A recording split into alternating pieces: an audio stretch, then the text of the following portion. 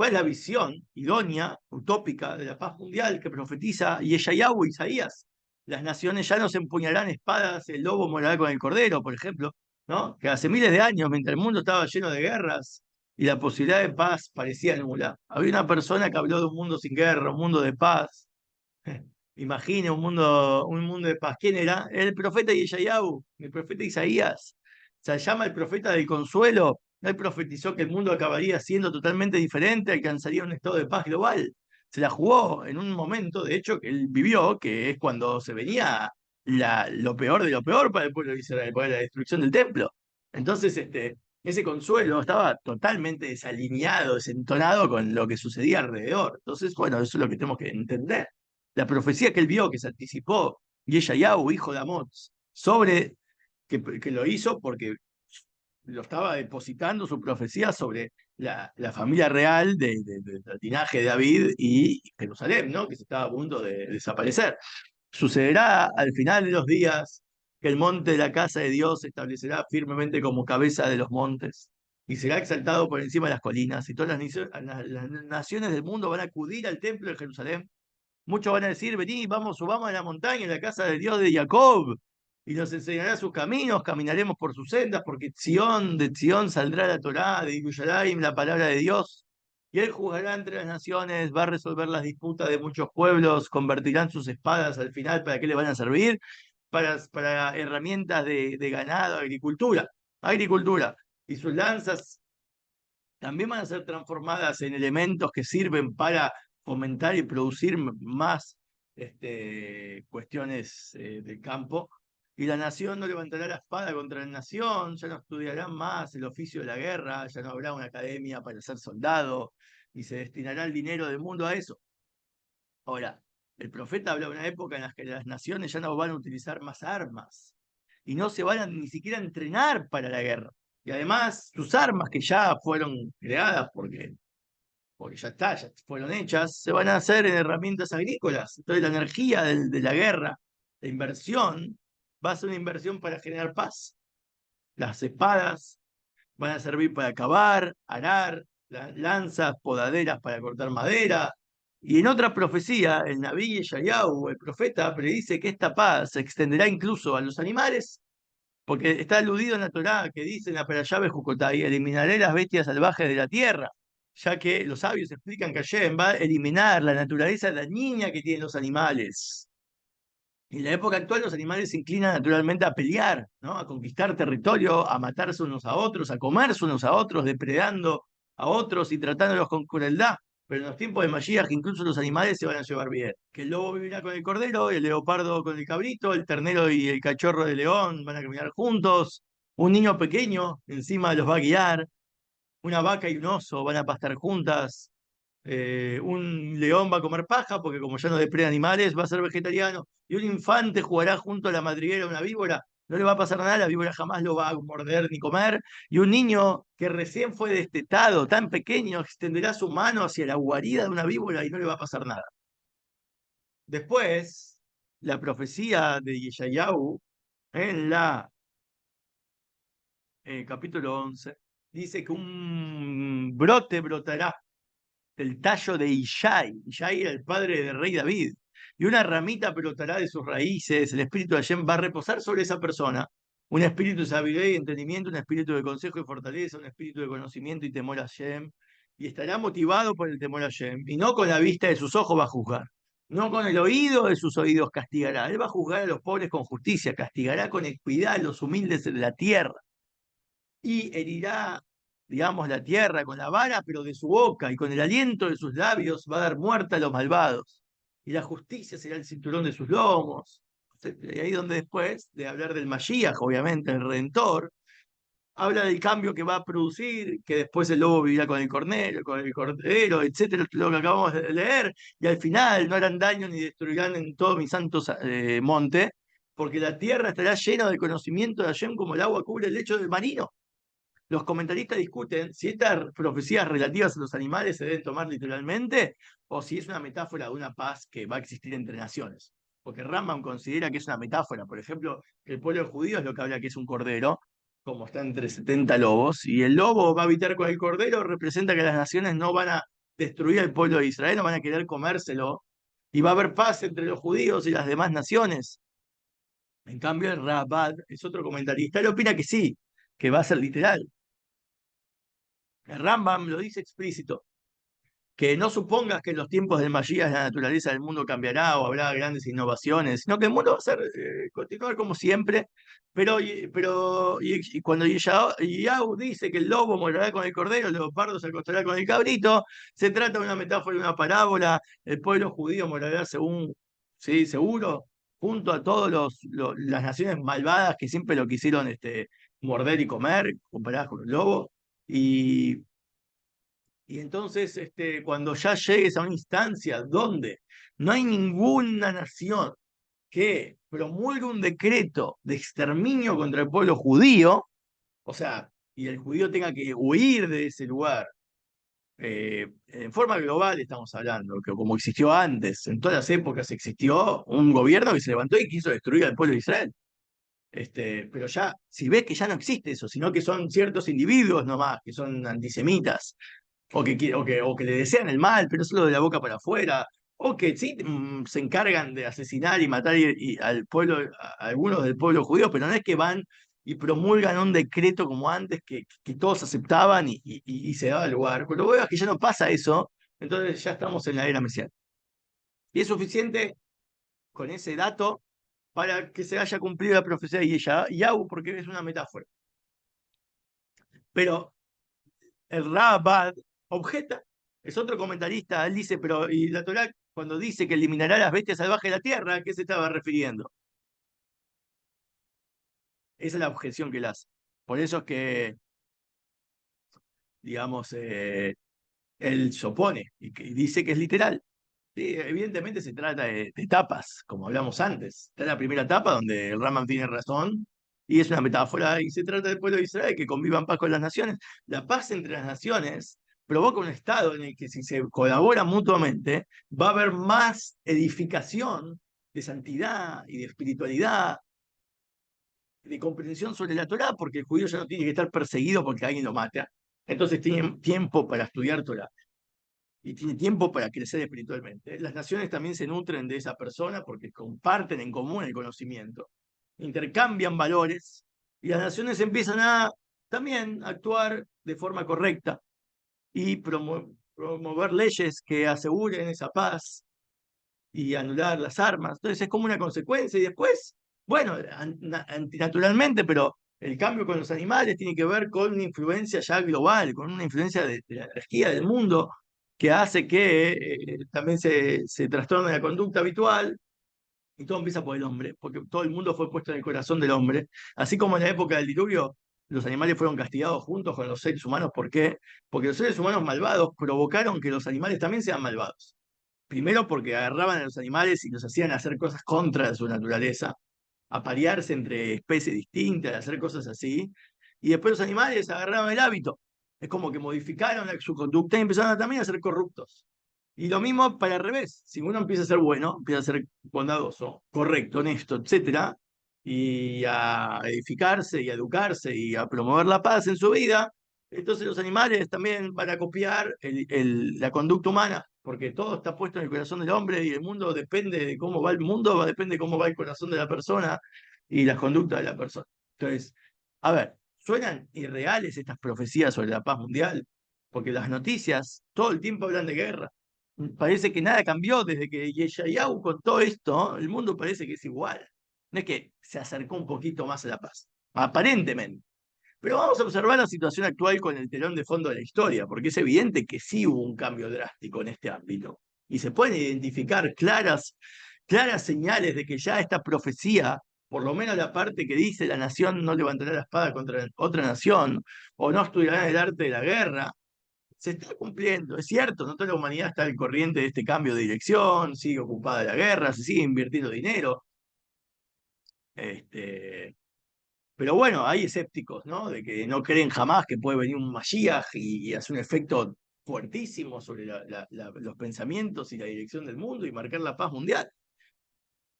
Vamos a contestar con una anécdota. Un grupo de personas discutía sobre la llegada del Mashiach y uno de ellos se burló. Otro del grupo respondió con una historia. Un zorro fue al bosque, vio un gallo en la copa de un árbol. El zorro le dijo al gallo con una voz agradable, hermosa, re atractivo: amigo mío, ven, daremos un paseo juntos por el bosque en este día tan hermoso. Y el gallo respondió: no, los gallos y los zorros no somos amigos.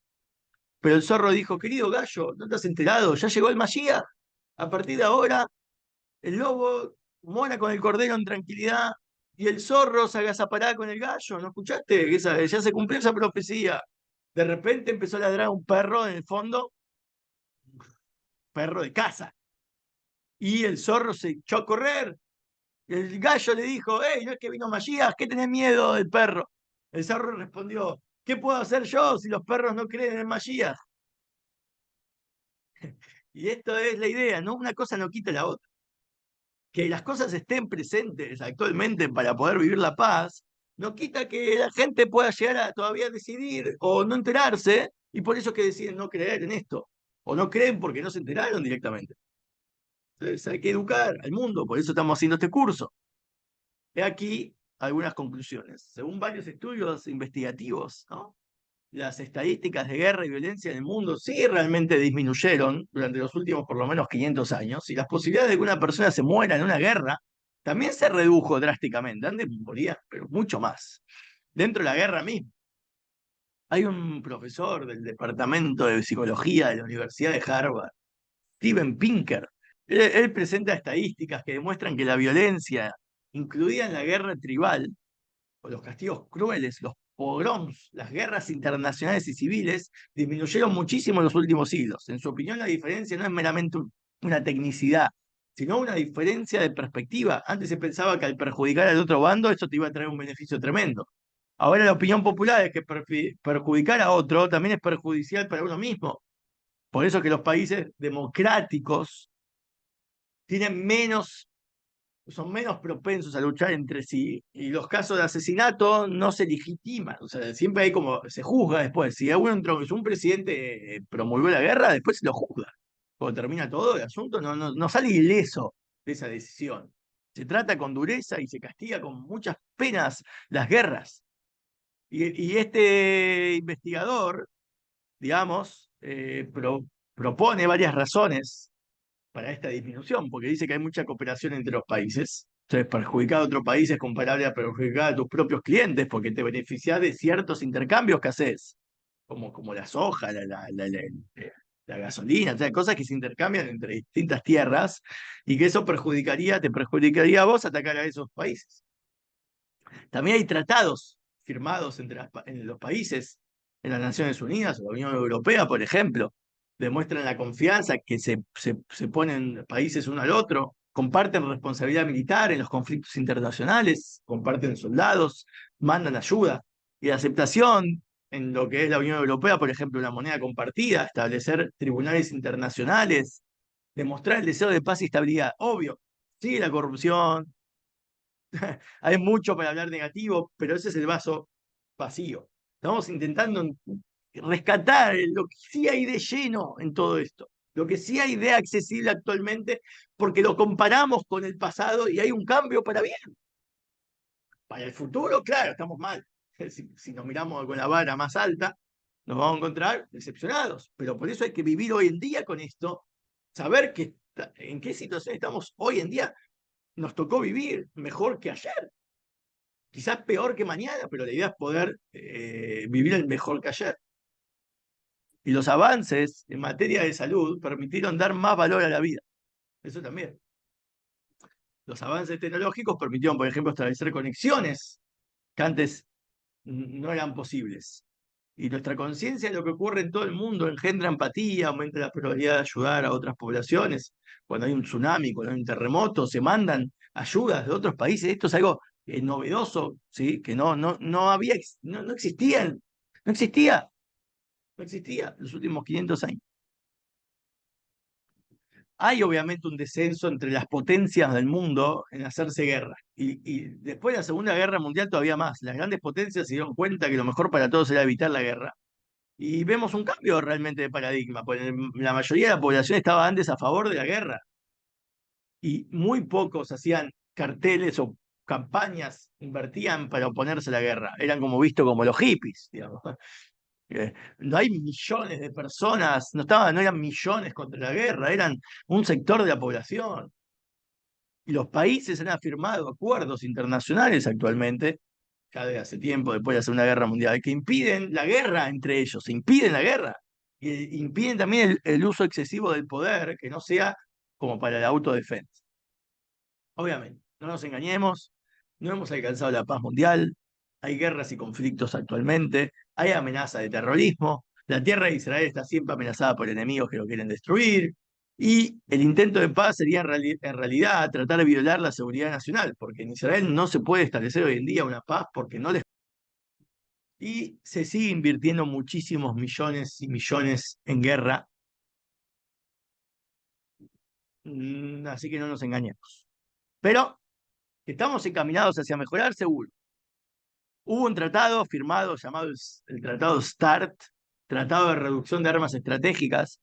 Es un tratado que se renueva cada año, siempre está amenazado como para eliminarse el tratado, pero el tratado empezó entre la Unión Soviética en su momento y Estados Unidos, de reducir y limitar las armas estratégicas ofensivas. Y esta propuesta fue originalmente anunciada por Ronald Reagan el 9 de mayo de 1982. Él propuso la drástica reducción de las fuerzas estratégicas, reducir el número de misiles pesados, así como otros sistemas estratégicos. Obviamente los soviéticos abstuvieron al principio de fijar un calendario para nuevas negociaciones. Durante el 1980, digamos, hubo como una guerra de nuclear, ¿no? A ver quién hacía más rápido bombas nucleares. Y en 1991 se permite producir nuclearmente, pero no más de una cierta cantidad.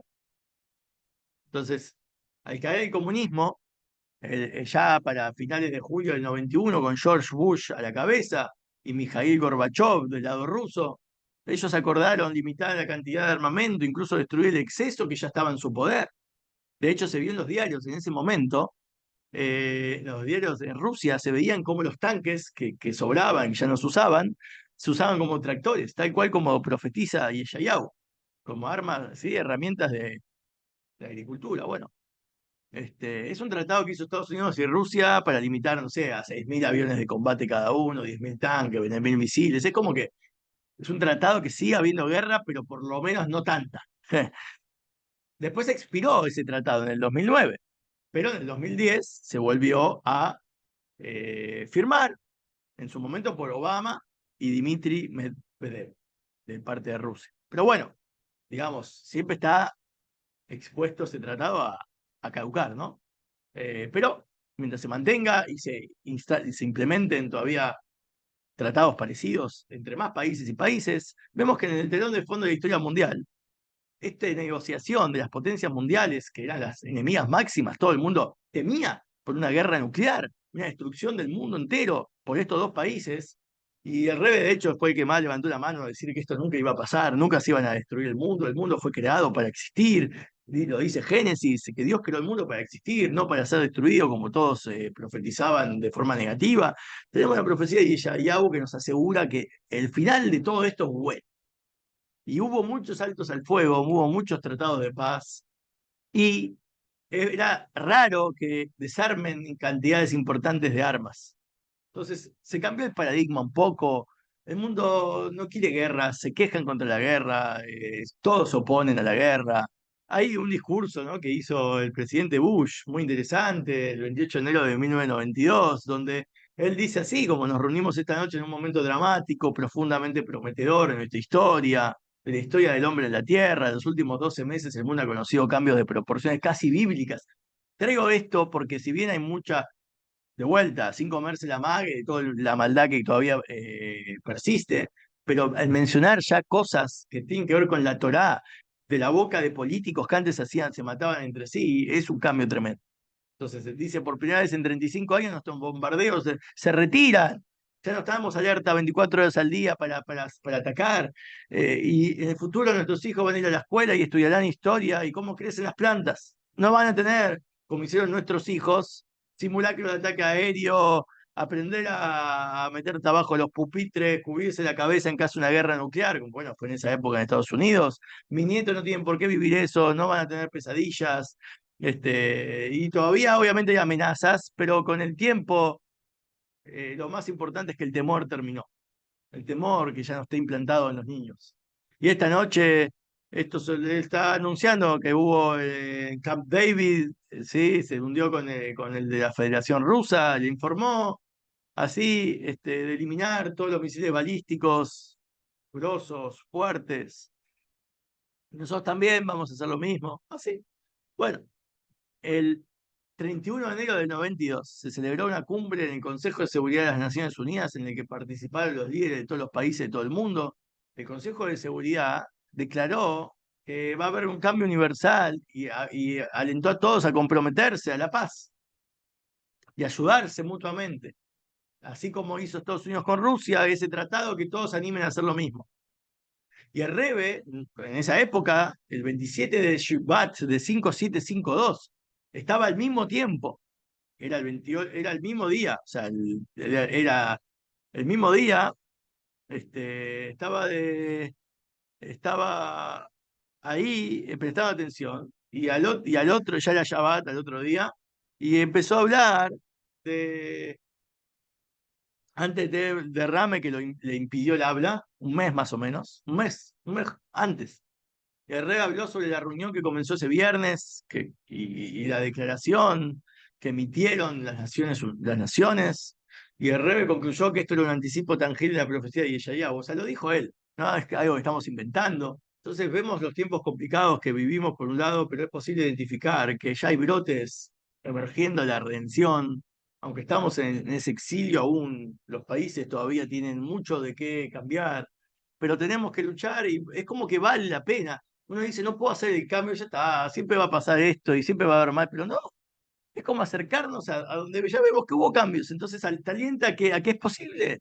En las Naciones Unidas está escrito como frase emblemática, ahí en una de las paredes, convertirán sus espadas en rejas de arado, o sea, también el GPS, que originalmente fue creado como elemento tecnológico para ubicar militares, ahora se utiliza en todo el mundo con fines pacíficos, para el coche, ¿no? Para ubicarse uno en cualquier ámbito de la vida. Pero también es una forma de ver que hay cosas que ya representan la redención. No todo es gris, negro, oscuro. Hay cosas positivas. En esa charla, particularmente del Shabbat de la Parashá Mishpatim, que la pueden leer en español, la buscan, es del año 92, pero se dice 5752 en hebreo. Los dirigentes de los países, encabezados por los líderes de las dos potencias mundiales, dice, se reunieron, proclamaron una nueva era entre las relaciones entre los países, se evitará la guerra, se expresará el desarme y la limitación del armamento, se van a esforzar por colaborar y ayudarse mutuamente en beneficio de la humanidad. Y de hecho, antes ya el presidente de la Nación de Estados Unidos anunció importantes recortes del gasto militar con la intención de que esto sea para ahorrarlo y dedicarlo a la agricultura o a las mejores sociales. Y esto fue aprobado por la Cámara de Representantes, que establece las leyes del país y son vinculantes en la ley de la Torá. La ley de la Torá dice que hay que regirse por la ley del país, obviamente mientras no contraiga la Torá, y uno de los 7 preceptos universales para toda la humanidad es establecer parlamentos donde se analicen las leyes y se promulgue justicia. Entonces esto es parte de un avance tremendo en el cumplimiento de las leyes de los hijos de Noé.